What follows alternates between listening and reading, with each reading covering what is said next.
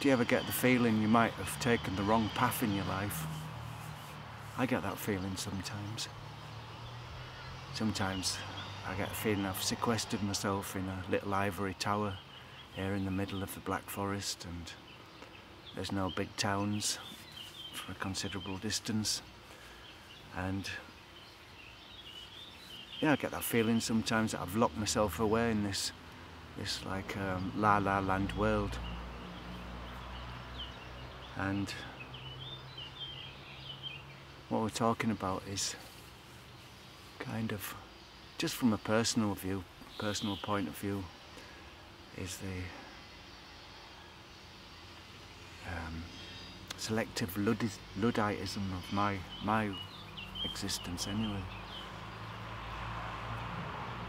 I've lived in London and I've lived in a cave in Greece, and I've tried both extremes of absolute Arcadia and absolute metropolitan life, and they both got their good points.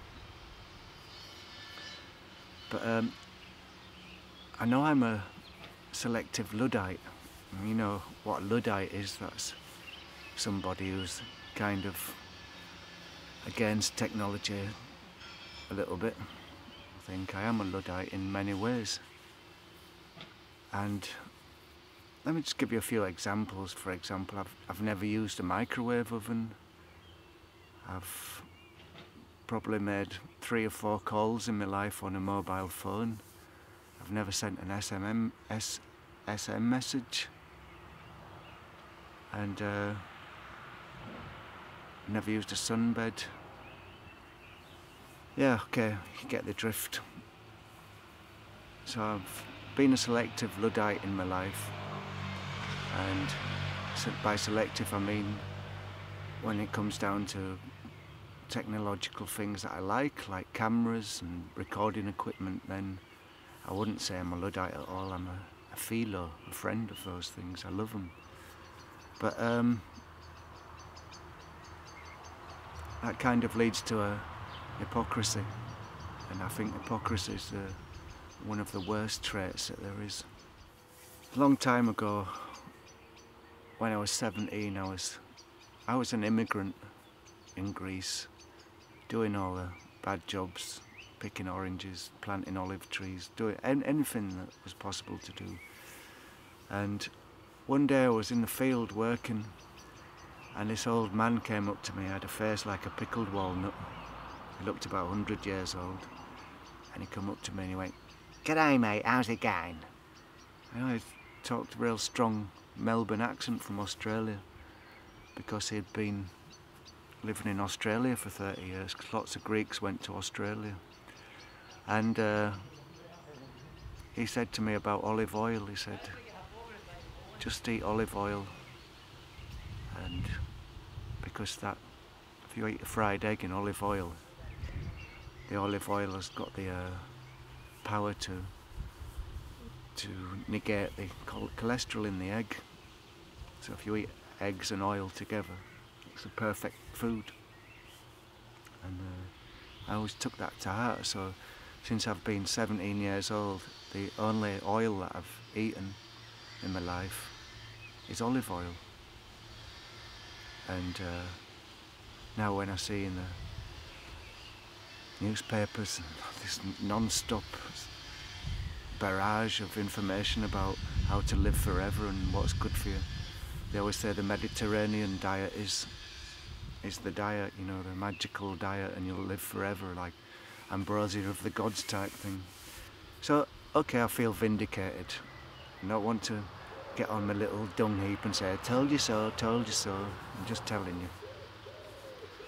But other things I've never used a microwave oven, because I never liked the thought of using a microwave oven. And I haven't got a freezer either, so a freezer and a microwave oven kind of go together. But my thoughts was, well, the supermarket's already full of freezers, and you're paying for that electricity for them freezers when you buy the food. So why pay twice and have a freezer at home? Just use the supermarket freezer. And I don't know if I'm right and I don't know if I'm wrong, because I'm a selective luddite.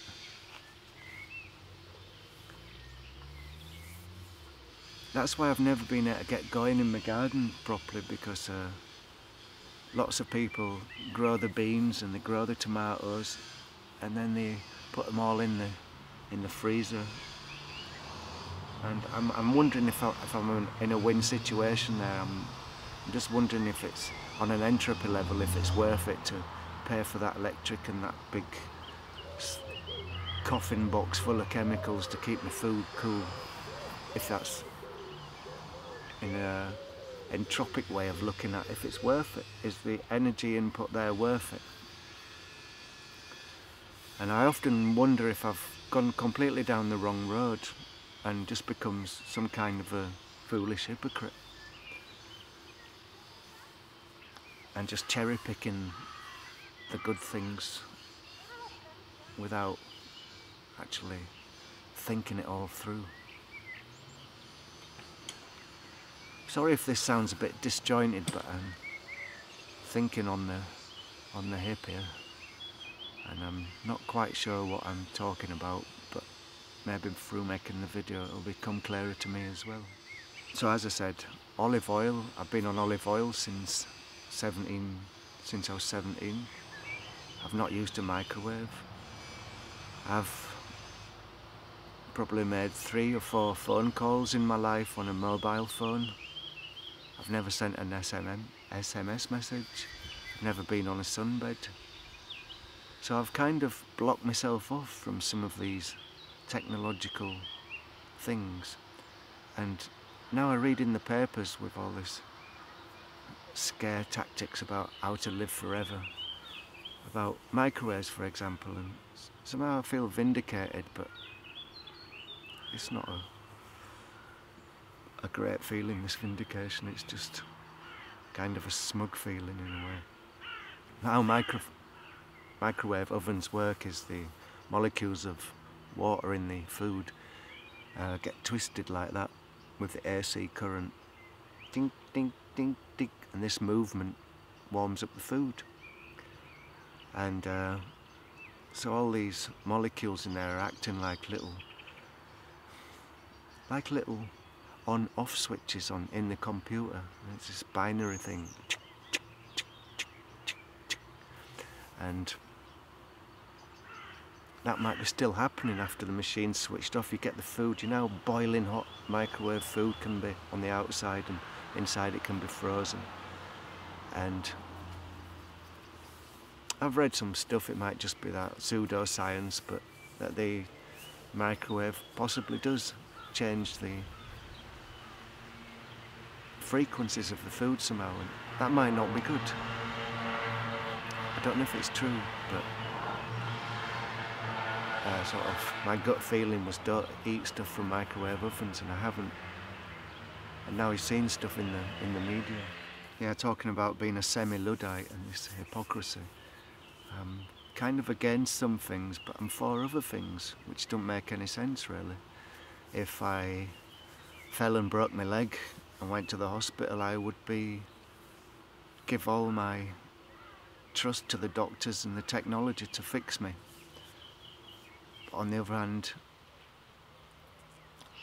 I don't go to the supermarket in the car anymore, even do the big shop on the push bike now, because just going down to the supermarket and driving 2 tons of metal down to the supermarket, and you see an old lady in one of these SUVs going in to buy a bunch of flowers from Holland and a tray of strawberries from Morocco, and then she drives back home in the big SUV, and the SUV has to go down to the service place to get some new tyres, and the husband has to go out to work to buy the new tyres.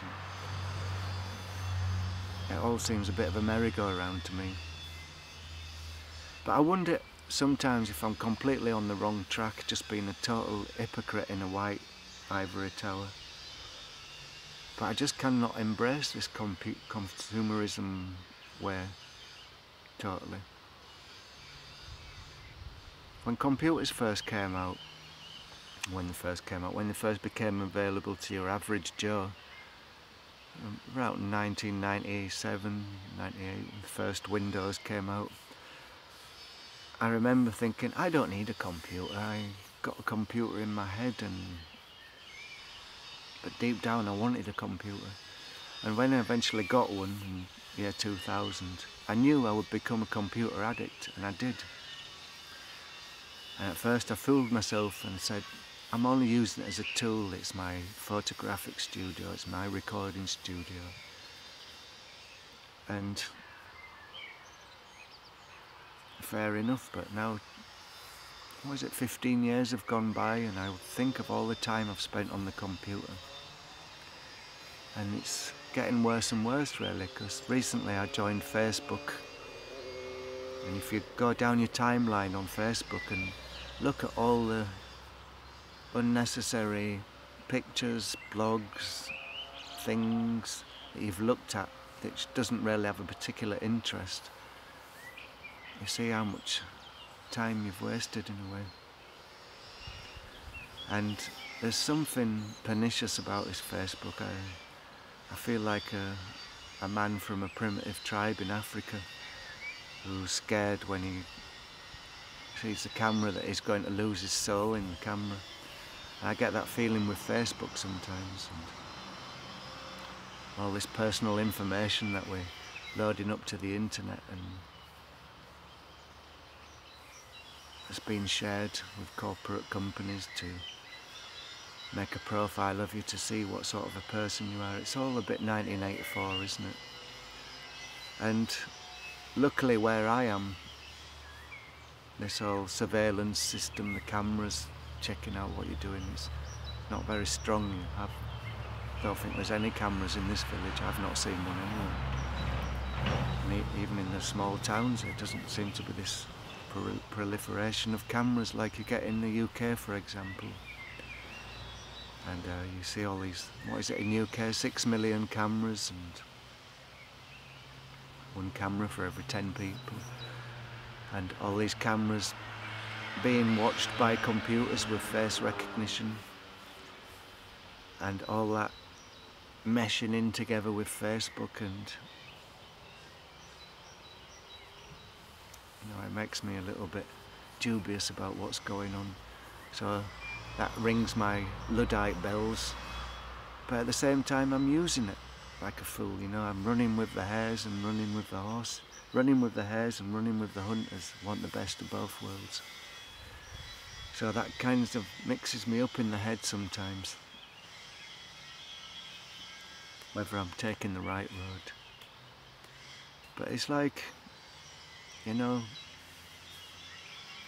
you're a youth, everything's black and white, right and wrong, left and right.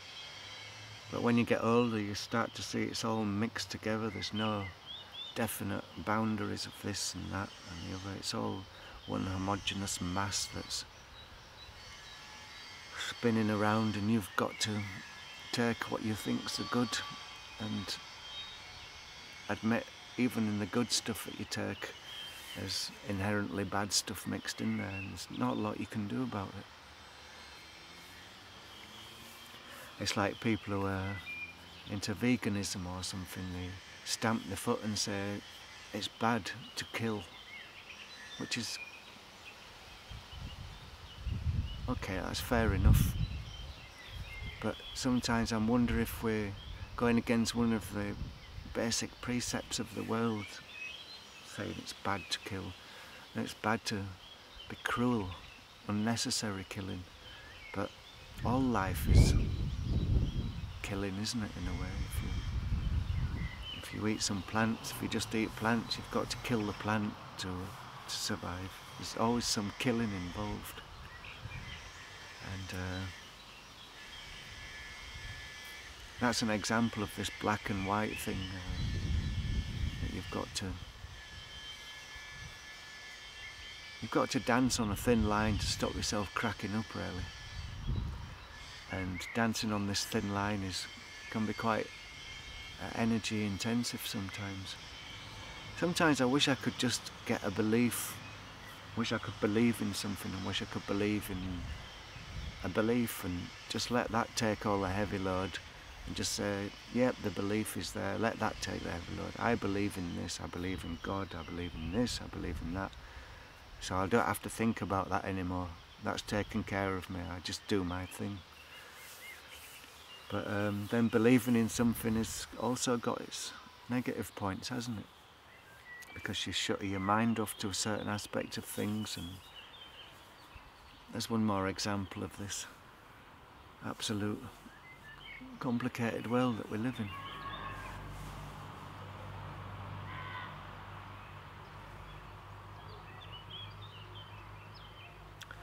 So I'm sorry that there's no answers, no black and white here, no what's right and what's wrong. I'm just babbling along, and I know a couple of people will listen, because sometimes there's just people who like to listen to other people's stories, and maybe another person's story will chime a bell in your head and make you think about something. So let's just leave it at that, because I can hear my young lad up there and the bell's going to ring, and I've got to go and make him some dinner. So have a great day, and I might get back to this later.